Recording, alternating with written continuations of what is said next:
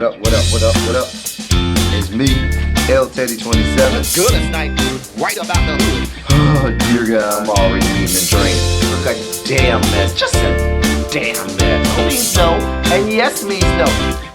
What up, what up, what up, what up, what up, what up? What's good, people? What's up, what's up, what's up, what's up, what's up? It's me, L Teddy 27, and I am back for yet another review. This, ladies and gentlemen, will be our review for Insecure. It is season 5. It is episode 7. It is entitled Chillin'. Okay. Now, snacks of the day. Because I haven't done snack updates in a while. So just so you know, we are back to good old faithful, because at the time of year it is. Little Debbie's Christmas tree cakes. Y'all know how much I love these. Y'all know how much I wait for these to come out. So that is our snack for today. Okay. Don't judge me. Now listen, if I'm being honest, I guess at this point I have to just throw aside the fact that my anger is peaked because it's the last season and they're not treating it as if it's the last season. However, this was my favorite episode of the season because I got, not for the whole episode, but I got little parts or little instances where I could see them try to do something toward coming to an end. So, yeah. So it's been my favorite episode so far.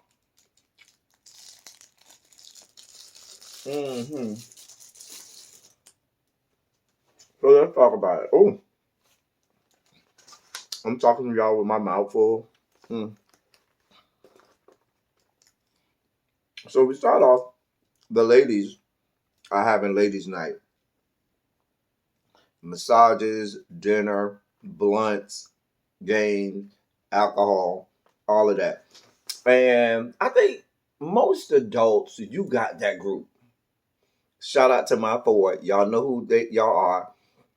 K, J, and R. Those are my other 3. There's the 4 of us. E, K, J, and R. They know who they are. And when the 4 of us get together, we go on trips, we have a good time.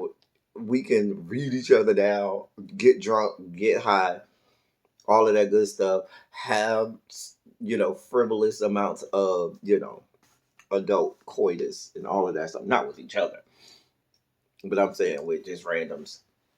Don't judge us. You don't know our pain. You don't know what we've been through. Anyway, that's what friends do. We know where all of the skeletons are in everybody's closets. We know all the secrets. Anyway, but what I felt like watching the episode was, it felt like the last good time.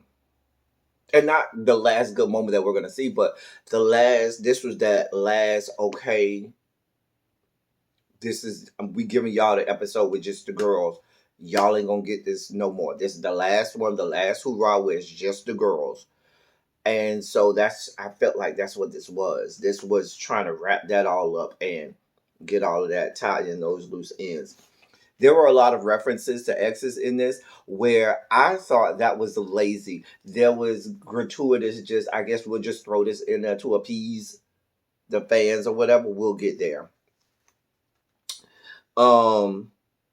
So when Kelly started choking on that blunt, I thought she was about to choke out and die. Because at this point, since episode 1, I've been waiting for her to die. And so since I've been waiting for her to die, anytime something happens with her, if she slip or if she starts choking on her blood and stuff, I'm thinking she's about to die. Is that wrong? I really thought that woman was about to keel over and die. But whatever. I'm waiting for. Listen, if she ends up dying sometime before the last episode, y'all gonna see I was right. Anyway, they start drinking because the massages got canceled or whatever. So they started playing this question in a hat game, dangerous game. I was with Kelly like, we can't play this Jumanji ass game because really, like with your friends like that, a lot of times y'all already have those conversations, or y'all have these uncomfortable moments, or y'all could ask those questions just right out. You don't need a game to conjure that up, especially when you start drinking and you start people get those who get high, those who drink, and or any combination of the two. Child, y'all start or like me and my friends, if we sit down at the card table and start playing cards, that's when we know, bitch, we about to talk about some shit, and it's just the four of us. Because you know what's so funny? I'm just a sidebar. When me and my three others, when it's the four of us and we're together, we are a very powerful unit. And what ends up happening is other people try to attach themselves to us and try to be a part of the magic that we have. Because when we're all four together, it's just like Voltron has united. You know what I'm saying? So every now and again when it's so hard sometimes for us to just to be when all four of us together and just it be the four of us, because people always try to attach themselves to us, like this friend of one of my friends or one of my friends will try to come or one of their friends will try to come, and everybody, and we sometimes just clamor for it just to be like what they had, just the four of them with nobody else, no outsiders, no outside influence. And so I understood that. So when we get together, we sit, we play cards, and we can really just go there when it's just the four of us and really just air each other out or talk about what's going on or really get down to some get downs. A lot of fun. Anyway, so we then see they cut away to Lawrence dropping off Mustafa over to Curious George's house. So now when I found out that this good baby sleep with his booty in the air, I was like, I wanted to call my grandma, who I can't call her because my grandmother's no longer with us, but maybe call one of my aunts or my mom or something and say, did I sleep with my butt in the air? Like, is that foreshadowing for what my adulthood is going to be about? To my ass in the air, toot that thing up, Bobby, make it roll. Because I really was like, y'all really had to tell us that this baby was tooting his ass up. I guess, but I wonder if I did sleep like. Did I sleep like that when I was a baby? I don't know. Anyway, back down to the ladies' night.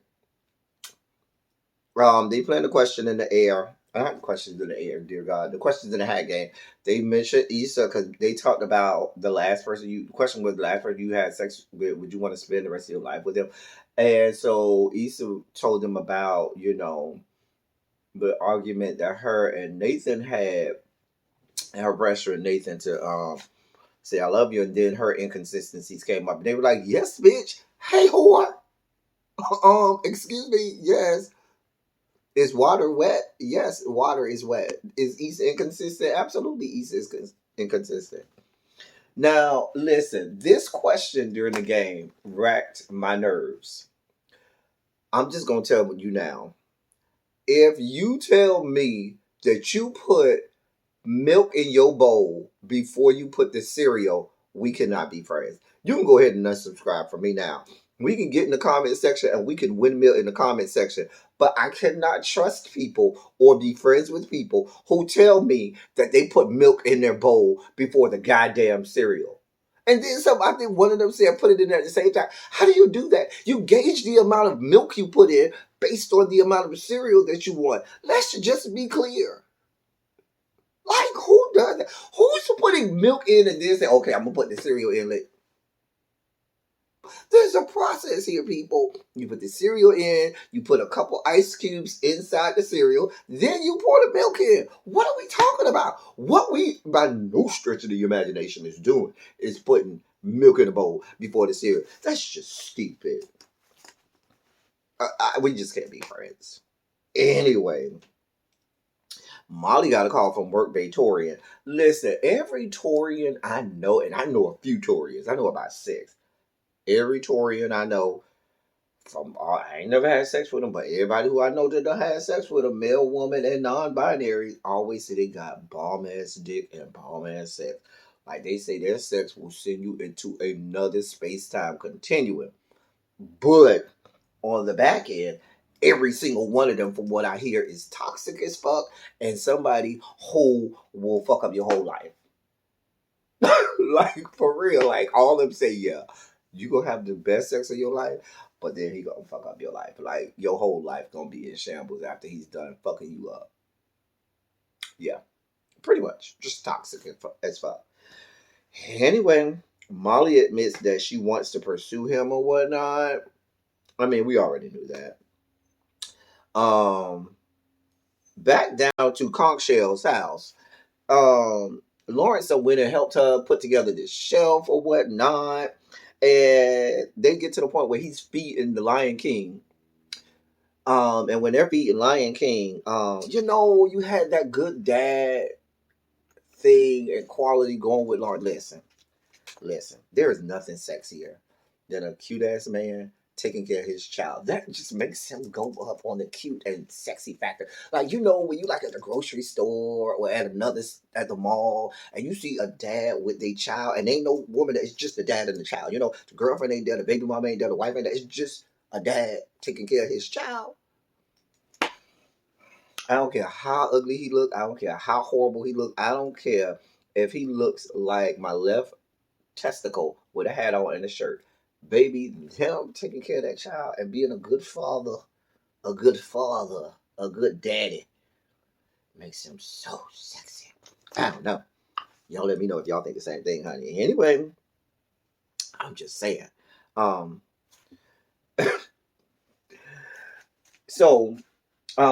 then Candy Coated Raindrops told him, say, you're a really good dad. He was like, I appreciate it. I was like, oh, got moist instantly. Anyway, back down to ladies' night. Girl, they over here eating cookies with Doritos in it. Girl, I wish a motherfucker would make me some cookies with some goddamn Cool Ranch Doritos. Listen, I don't want my cookies savory, okay? I want my cookies sweet like they're supposed to be. Speaking of which, let me take another bite. Now I got to get that nasty taste out of my mouth of thinking about Cool Ranch and cook. Ew.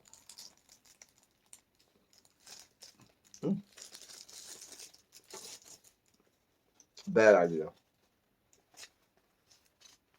Don't ever try to surprise me with no shit like that. I'm throwing it right back at you. I'm going to throw it right back into your face and say, get this a mess. Anyway, when they got to the question, which one of your friends' exes would you fuck? Let me stop this right here. That's the question you ain't never going to see me and my friends talk about.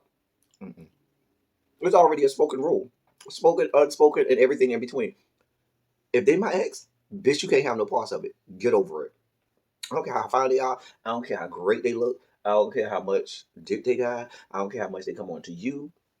That's not happening. I don't even want you to mention to me. Now, if you want, while you at home and you thinking about it, say, ooh, El Teddy do got a fine ass man. Ooh, I would love him for me. You can have all of those private thoughts on your own. I don't ever need to know about that. That's a bad question. Anyway, I wish one of my friends would. They all said Daniel.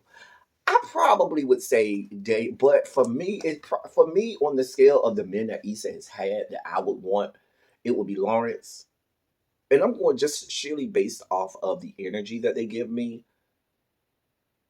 and along with the looks, it would be Lawrence at the top. Then it would be Daniel. Then it would be Nathan. I don't remember nobody else. But Daniel goes down. Daniel's sexy as fuck. But Daniel goes down because I don't like that bravado and cockiness about Daniel. That's not cute to me. That doesn't attract me. I like Lawrence because Lawrence is a little more quiet and subdued. And Daniel is like, Lawrence is just a chilled and laid back. And I like chilled and laid back more. Because I have a big bravado, even though I'm a little guy. But I have a big personality. I don't need you having a big personality. Nathan, yeah. And not that I went with Nathan. I mean, we can fuck, but that's about it. And fuck, marry, kill. I probably would kill Nathan, marry Lawrence, and fuck Daniel. That's how we gonna go. Anyway, Issa tells them that she saw Lawrence and Caramel Macchiato in the hospital, and she kind of alluded to having a conversation with them. Like, oh, am I wrong? Like, she was like, yeah, we talked. What I don't think she said they talked, but kind of alluded to there being some conversing between the three of them. I don't know, but if that's true, why didn't we see that? Because what we saw was this made up thing in her head, this, dream sequence or whatever. If there really was a conversation had, why didn't we see that? Like, you think we didn't want to see that? You think that would have been important? Since y'all just introducing this whole storyline, you think that wasn't important to the storyline? I guess. Anyway, um, and then they then tell Issa about the fight between Lawrence and Coca-Cola Polar Bear and at the birthday party. So apparently Issa and Molly didn't go to Tiffany's baby's first birthday party, which is fucked up. Where were they at that they couldn't go to this woman's baby's birthday party? Because a 1-year-old's birthday party is not for the baby, it's really for the baby's parents' friends. Let's be clear. And y'all supposed to be girls like that, and you didn't even go to her. Like, did you send a gift? Like, what happened there? I guess. Couldn't be my friend. Anyway, Tiffany then tells them all that she's moving. Her and Derek are moving to Denver. They have this whole moment. They have a group hug, and you saw. To me, this was an instance where it was like, okay, that's the storyline that's going to take Tiffany out. It possibly is going to influence Kelly and her departure. I think she's going to die anyway. But in terms of the core 4 girls, that gave us some closure and finality to, yeah, they're not going to be this unit anymore.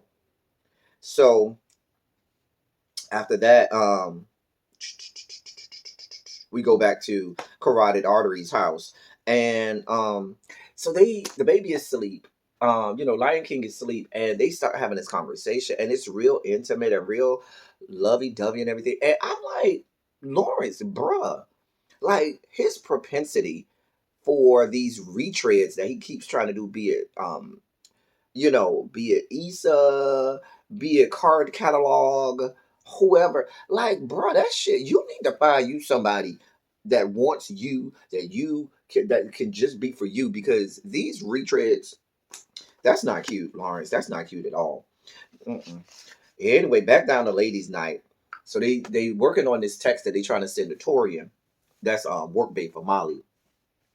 Then Dro comes up. So then I thought, so y'all just, it was clunky. They was like, while they were trying to send a Dro call, they didn't even answer the phone call to see what he had to say or see what he was calling about. But Molly was like, maybe he's calling to check on my mom and see how she's doing. It was real clunky. Even the whole, how they tried to reintroduce Daniel back into the episode by saying, oh, well, we would have sex with Daniel, or we wanted, like, I guess that's our way of, doing retreading them or reminding us of them and their storyline by bringing them up again. I don't know. It seemed clunky. It seemed like it was just thrown in there. But y'all let me know how y'all feel about that. Issa then says, oh, well, starts calling Lawrence, and the phone rings. Molly hangs it up and says, no, girl, I ain't gonna let you go out like that. And that's a good friend. Listen, a good wingman or wingwoman ain't gonna let you go out like that. They're gonna be like, nah, bro, give me this phone. Can't. Or like you in the club and you see somebody, and maybe you at that level of drunk or high or whatever you get, where you can't see that the person you trying to holler at ain't shit. And so your wingman or wingwoman come over you like, sis, bro, I ain't gonna let you go out like that. Come over here. Nope. Ain't gonna let you do it. Nope. Love you way too much. No, and when the person comes, they be like, no, we good over here now. You can go back. We good over here. And that's what Molly was doing. Molly was like, girl, I ain't gonna let you drunk out. I ain't gonna let you do none of that. She was like, now, if you want to call him tomorrow when you get sober, go ahead, boo. That's a good friend. That's a good friend right there, honey. Good shot. Anyway, so the next day come. Nathan texts Issa, let me know when you're free to talk. When somebody texts you that, or when somebody texts you, I need to talk to you. All downhill from there. Never a good thing. A mess. Then so Issa ends up calling Nathan, and they talk, and he finally does say, I do love you, and talked about all of his insecurities and why he was having issues telling her that he loves her and so forth, and he was just being childish and stuff. Did anybody else notice, I should say, that this young man this young man is using a goddamn crate as a goddamn nightstand? Did y'all see that lamp sitting on top of that crate? That was the first thing I saw. That was the first thing I saw. When they cut to Nathan, and you saw Nathan on that bed, sitting on the side of the bed, I was like, is that a blue crate that he's using as a nightstand for this goddamn lamp to sit on? I mean, I guess you live in LA, you living off a barber salary. I guess you got to try to get it how you live, honey. You got listen, times are hard. You got to make it happen, honey. LA is expensive, now. Girl, girl. Anyway, so they have this moment, and he, she like, I'll talk to you, I'll call you after, or call me when you get off. But he like, all right, I love you too, and they all feeling nice and da da da. So I guess Lawrence got up the next day and said, oh, Issa called, let me call her back, and he called. And Issa sees it, she don't pick up the phone and send him the voicemail, and it goes off from there. Cause he would, I mean, as soon as she got off that phone with Nathan, ring, ring, ring. It's Lawrence. A mess. A damn mess. Like I said, this has been my favorite episode of the season so far. I guess that's their way of tying up the girl group, the friend group of the 4 girls. Now we have these individual characters and storylines like the Lawrence situation, Molly's situation, Issa, and so forth. So those 3 characters, I know we have to figure out what's going to happen with Lawrence, Issa, and Molly. Those 3, we know we got to get some finality on. So I don't know. Let's get in the comment section and do what we do. Let's good about what we saw. I'm still trying to get that taste of. I ain't even tasted it, but it's in my mouth. Cool Ranch Doritos and a goddamn cookie out my goddamn mouth. I guess. Anyway, that's all I got for y'all. Until next time, y'all. Thank y'all for coming. Y'all drive safely. I'm out.